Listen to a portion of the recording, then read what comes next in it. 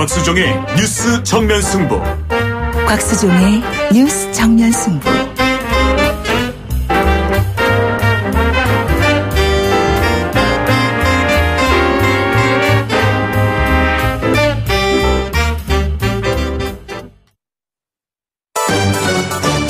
김작이 묻고 곽박이 경제로 답한다. 94.5 YTN 뉴스 FM 곽수종의 뉴스 정면 승부 3부 시작하겠습니다. 김 작가가 문을 열어줍니다. 질문 주세요. 네, 김 작가입니다. 오늘 삼성 이재용 부회장 1심 선고재판 열린 걸 보고 궁금한 게 생겼는데요. 이재용 부회장 뇌물죄 사건이 전형적인 정경유착의 사례라고 하잖아요. 네. 우리나라에서 정경유착이라고 하면은 대부분 부정적인 사례가 많은데 네. 왜 정치계랑 경제계는 부정적으로 연관되는 경우가 많은 건가요? 네. 한 국가 경제가 개발 도상 상태에 있을 때, 그러니까 막 개발하고 발전하려고 할 때 정부는 국가가 가고자 하는 산업의 방향으로 정책 비전을 잡지 않겠어요? 그러면 이제 그런 기업들을 육성을 하겠죠. 지금 중국 공산당을 보시면 이해가 될 거예요. 중국 공산당이 마이민이라든지 텐센트라든지 여러 중국 재벌들을 뒤에서 후원하고 있죠. 지적재산권 위반했다고 해서 법에 처벌을 주거나 이런 거 하지 않잖아요. 그죠?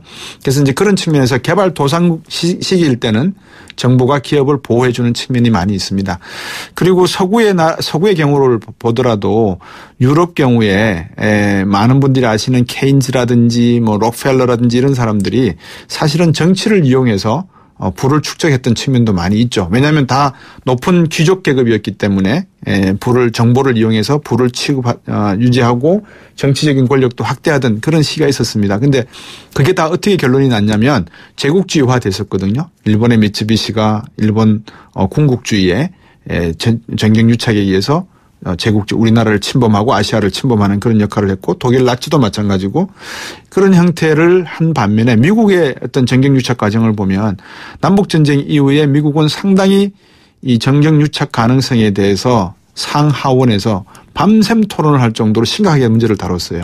시장 경제라고 하는 것은 모든 사람이 나와서 자유롭게 경쟁을 해야 되는데 정치와 유착 관계에 있는 기업들이 독점을 하게 되고 과점을 하게 되니까 경쟁이 사라지게 되는 거죠. 이런 폐해를 놓고 미국은 고민을 많이 했답니다. 그래서 정경유착의 이런 고리는 본능적으로 있을 수밖에 없기 때문에 그렇다 그러면 투명하게 하자. 어떻게? 로비스트법을 만들자. 그래서 정정당당하게 로비 활동을 할 수 있게끔 만들어 놓았던 거죠. 그래서 정경유착은 본질적으로 본능적으로 있을 수밖에 없는 건데 이거를 어떻게 양성화시킬 것인가의 문제는 우리가 해결해야 될 그런 문제인 것 같아요.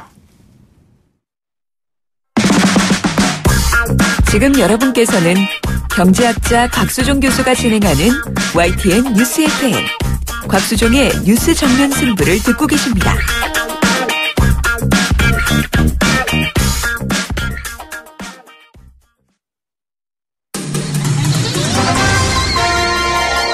정면 스포츠. 오늘 하루 동안 있었던 스포츠 소식 종합해서 전해드리겠습니다. 스포츠 정면 승부 중앙일보 박민 기자입니다. 안녕하세요. 네, 안녕하세요. 저도 이거 봤습니다. 세기의 주목 때문에 오늘따라 이렇게 세기가 많이 들어가나요? 세기의 주목 대결이 펼쳐진다고요? 이번 주 일요일에. 네, 맞습니다. 미국의 메이웨더와 아일랜드의 맥그리거가 한국 시간으로 일요일 오전 30분에 미국 라스베거스에서 맞붙는데요. 네. 메이웨더는 49전 49승을 거두면서 또 복싱의 신이라 불리는 선수고요. 네. 또 맥그리거도 UFC 최초로 두 체급을 동시에 석권한 종합격투기 최강자인데요. 두 선수가 복싱 룰로 3분 12라운드로 맞붙고요. 네. 체급은 69.85kg급 슈퍼 웰터급입니다. 복싱 규칙으로 따른다고요?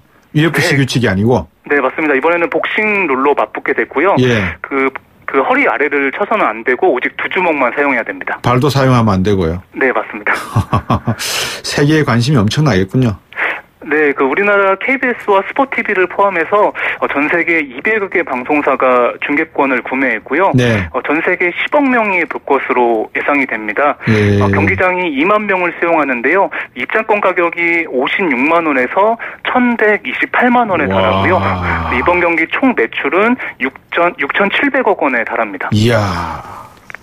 하기야 6,700억 그래봐도 그저께인가요? 로또 당첨된 여성 한 분이 타가져간 7천억 달러에 비하면 조금 모자라네요.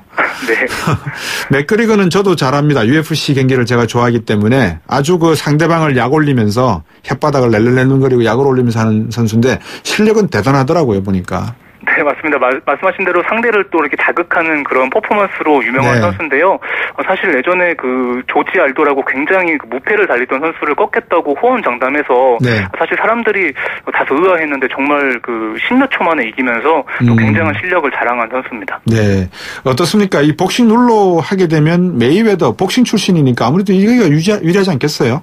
네, 맞습니다. 그래서 전문가들도 메이웨더의 승리 가능성을 최대 90%까지 내다보는데요. 네. 아무래도 맥그리거가 그 복싱 실전 경험이 없는 데다가 예. 아무래도 장기전으로 흐를 경우에는 또 메이웨더가 아웃복싱을 펼치면서 예. 또 판정승을 거둘 가능성이 높다. 또 이런 전망이 많고요. 예. 반면에 이번에 또 맥그리거가 그 초반에 또 강력한 한 방으로 또 경기를 그 끝낼 수 있다. 또 이런 전망들도 있습니다.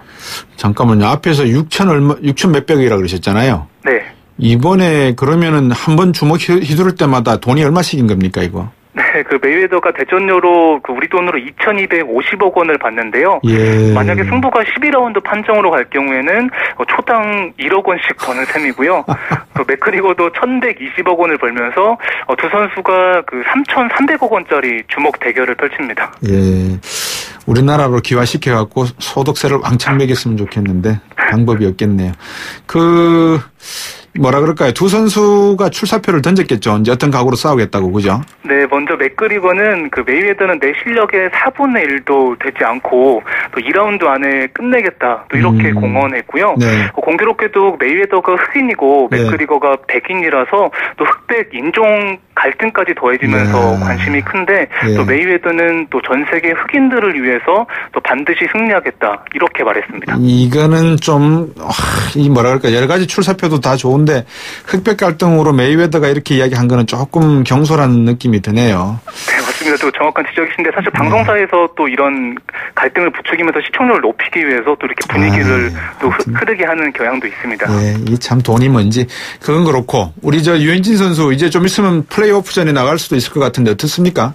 네, 오늘 그 LA 다저스터스 류현진 선수가 피츠버그와의 원정 경기에서 또 6이닝 동안 2실점하면서 또 팀의 5대2 승리를 이끌면서 시즌 5승째를 따냈고요. 예. 그 말씀하신 대로 다저스가 그 90승 36패를 기록하면서 예. 지구 우승을 예약한 상황이고 또 류현진 선수는 포스트 시즌 선발 자리를 두고 또 팀 동료들과 치열하게 경쟁 중입니다. 예. 우리 유현진 선수가 부상해서 고생을 많이 했는데 이 타선이 안 따라줘서 그렇지 후반기에는 거의 완벽한 부활을 했다 이렇게 판단할 수 있겠네요. 네, 그 사실 정확히 지적하신 게 전반기 때 또 워낙 타선 지원을 못 받아서 네. 또 그렇게 고생을 했었는데 또 후반기에는 그래도 타선이 조금씩 도와주고 있고요. 네. 또 후반기에만 2승 6패 평균 자책점 1.54를 기록하면서 예. 또 완벽한 부활을 알리고 있습니다. 아마 다음 주에는 이 맥그리거하고 매더웨이 경기를 갖고 한번 이야기를 나눴으면 좋겠습니다. 고맙습니다. 네, 감사합니다. 네, 지금까지 중앙일보 박민 기자였습니다. 곽수종의 뉴스 정면 승부. 방송 들으시고 의견 있으신 분들은 지금 바로 샵 0945, 샵 0945. 짧은 문자 50원, 긴 문자 100원이 부과되는 휴대전화 문자 메시지를 보내주세요. 오늘 들으신 방송은 YTN 라디오 홈페이지와 곽수종의 뉴스 정면 승부 팟캐스트를 통해 다시 확인할 수 있습니다.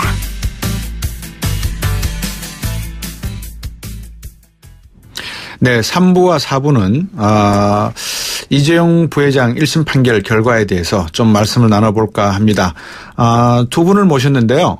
우리 이정열 전 부장 판사께서 지금 교통량이 상당히 많아서 좀 밀리는 것 같습니다. 그래서 먼저 인하대 법학전문대학원 김인혜 교수가 오셨기 때문에 먼저 말씀을 나누고 있겠습니다. 안녕하십니까, 교수님? 네, 안녕하십니까, 김인혜입니다. 오늘 이재용 부회장 판결 소식을 좀 어떻게 뉴스를 통해서 좀 보셨습니까? 네, 그렇습니다. 예. 예. 어떤 생각을 하셨습니까? 예. 먼저 추측하신 게 있었을 거 아니겠습니까? 저는 유죄에 나올 것으로 예상을 하고 있었습니다. 예. 이게 한국 사회를 뒤흔들 정도의 큰 사건이었고, 네. 이게 물론 박근혜 최순실의 국정농단 사태하고 긴밀히 연결되어 있는 것이었고, 네. 그래서 촛불 혁명으로까지 이어졌고, 그에 따라서 대한민국 전체에 이제 큰 변화, 터닝 포인트에 있기 때문에 네. 관심이 가는 것이죠. 예. 이 사건에서의 핵심은 역시 당시에 벌어졌던 정경유착이라는 네. 권력형 비리 네. 부정부패가 얼마만큼 확인이 되고 네. 그 확인에 따라서 어떻게 처벌을 함으로써 네. 이제 정의를 어떻게 수립할 것이냐 하는 문제. 그다음에 그걸 통해서 대한민국이 이제 한 단계 더 새로운 깨끗한 나라로 갈 수 있는 네. 발전의 모멘텀을 찾는 그런 이제 계기가 되는 재판이기 때문에 당연히 관심을 가지게 됐습니다. 교수님께서 청취자분들을 이해를 돕기 위해서 이번 재판에 있어서 중요했던 쟁점이라 그럴까요? 혐의 5개 부분이 있다고 제가 들었는데 예. 조금 한번 정리를 해 주시죠. 예. 판결 선고 과정에서 많은 예. 분들이 들으셨겠습니다만은 첫 번째로 역시 뇌물. 네. 이게 가장 이제 핵심적인 것이죠. 네. 이재용 등 그 삼성그룹에서는 네. 이재용의 그런 경영권 승계를 바라고 박근혜 전 대통령에게 뇌물을 주었다는 네. 것입니다. 예. 그 뇌물이 이제 구체적으로는 승마. 우리가 잘 알고 있는 정유라의 네. 그 말 관련한 이제 승마, 네. 그다음에 영재센터 그 네. 지원 부분. 이제 되겠습니다. 예. 그리고 이제 일부 무죄가 나온 것은 이제 재단을 만들어서 한 것인데 네. 이 재단에다가 기부를 한 것은 정경련에서 주축이 되어서 했고 네. 그게 또 삼성만 한 것이 아니기 때문에 그 부분은 이제 무죄가 났습니다만은 네. 그러나 뇌물이 인정된 액수만 해도 그것이 거의 한 90억 가까이 되기 때문에 그렇더라고요. 상당히 큰 액수라고 예. 할 수가 있겠죠. 그다음에 두 번째로는 이러한 뇌물의 금품을 네. 마련하기 위해서 네. 삼성 그 그룹사에서 돈을 횡령한 것이 이제 문제가 되고 개인 호주문에서 나오지 않고 예. 그룹사에서 회사에서 돈을 썼다는 그렇습니다. 거죠. 예. 개인 회사에서 나오지 않고 개인 주문에서 나오지 않고 예. 회사에서 나왔기 때문에 결국에 누구에게 피해가 가느냐? 그 주주들에게. 주주에게 피해가 가는 것이기 네. 때문에 이것이 이제 업무상 횡령에 해당이 되겠습니다. 그다음에 정유라 등에게 돈을 주기 위해서 그 외화를 불법적으로 빼돌린 네. 그런 것이 있기 때문에 또한 이제 재산 국외 도피가 되고 그다음에 또 이러한 과정에서 이제 범죄 수익을 은닉하고 네. 또 이제 숨겼던 부분이 네. 있고 마지막으로는 국회 청문회 과정에서 위증을 한 것, 네. 정유라를 모른다, 최순실을 모른다, 그리고 재금 뇌물을 준 것을 모른다 하는 부분들이 이제 유죄로 인정이 된 것이죠. 네. 방금 설명해 주신 내용을 바탕으로 재판부가 1심 판결 결과를 선고를 한 결과는 이재용 5년, 최지성 장충기 4년, 네. 박상진 3년 집행유예 5년, 황성수 2년 6개월 집행유예 4년 이렇게 됐는데 교수님이 보시기에 형량 내용은 합리적이다 이렇게 보이십니까? 어떻습니까? 예. 물론 이 이제 양형은 그 법관의 네. 그런 이제 고유 영역이고 그래서 그렇죠. 법관이 사실은 상당히 재량을 가지고 있는 부분이긴 합니다만은 네. 예. 법률적인 측면에서 본다면은 이 모든 것이 다 유죄가 다 인정이 되었음에도 불구하고 예. 이렇게 형량이 5년밖에 되지 않았다는 것은 법률적인 측면에서는 상당히 좀 무리가 있는 네. 양형이다 이렇게 얘기할 수가 있겠습니다. 예. 이 뇌물 우리가 지금 현재 얘기하고 있는 뇌물이나 횡령이라든가 이런 것들의 네. 액수가 네. 상당히 클 뿐만 아니라 네. 더군다나 이게 이제 국정농단이라는 사태와 직접적으로 연관이 되어 있는 것이어서 예. 이 형량이 이제 5년 정도 간 예. 것은 좀 약하다 이렇게 법률적으로 평가할 수 있겠습니다만은 네. 개인적으로는 이게 또 5년 이러면 또 상당히 긴 기간이지 않겠습니까? 그래서 그런 또 애로사항이 있지 않았을까 하는 예. 생각도 해봅니다. 예. 우리 김인혜 교수께서 말씀 주시는 동안에 우리 이정열 전부장 판사께서 땀을 지금 온 티셔츠에 흠뻑 적신 상태로 뛰어오신 것 같습니다. 너무 감사하고 또 죄송합니다. 이렇게. 아이고, 죄송합니다. 그래서. 예. 지금 이제 우리 김인혜 교수님하고 예. 이재용 부회장의 삼성 재판 결과에 대한 5가지 주요 항목 그리고 각 항목별 양형 내용까지만 지금 이야기해 드렸고요. 제가 질문드렸던 마지막 질문 내용이 뭐였냐면 이렇게 5가지 모든 항목에 대해서 무죄가 아닌 유죄가 다 나왔는데 예를 들면 재산 해외 도피권만 하더라도 자산 국외 도피죄만 하더라도 대개 한 20년이 넘거나 무기징역까지 최고형이 나오는 걸로 알고 있는데 이게 왜 5년밖에 나오지 않았을까에 대한 교수님의 설명이 잠깐 있었습니다. 네네. 네, 거기까지 저희들 이야기했고요. 제가 이 부분에 대해서 계속 지금 교수님 방송을 듣고 오다가 딱 김 교수님 나오시는 부분부터 주차하고 나서 뛰어온다고 못 들어가지고. 그러셨군요. 일단 이 사건에서 먼저 그럼 양형 부분을 말씀하셨으니까 양형 부분에 대해서 말씀을 드리면은 지금 먼저 전제로서 다 유죄가 나왔다고 말씀하셨는데요. 엄밀하게 말하면 다 유죄가 나온 건 아니고요. 아, 그렇습니까? 전부 유죄가 선고된 부분은 국회에서의 증언 감정 등에 관한 법률 위반, 즉 위증했다는 부분만 전부 유죄가 선고가 됐고요. 그 외 나머지 4가지 부분, 뇌물공여라든가 횡령이라든가 재산 국외 도피라든가 범죄 수익 은닉 부분은 일부만 유죄가 선고가 됐습니다. 그렇군요. 그런데 이 경우에 지금 양형을 결정함에 있어서 가장 큰 거는 우선 기본이 되는 거는 법에서 정해져 있는 법정형인데요. 지금 사실 이 사건에서 핵심이 되는 것은 뇌물공여지만 아이러니컬하게 법정형이 제일 높은 거는 재산국외 도피 부분입니다. 이 재산국외 도피와 관련해가지고 특정 경제범죄 가중처벌 등에 관한 법률에 규정이 돼 있는데요. 이 도피액에 따라 그 법정형이 달라지는데요. 지금 이게 50억이 넘어가게 되면은 10년 이상입니다. 그러니까 최하가 10년이 되고요. 그렇죠.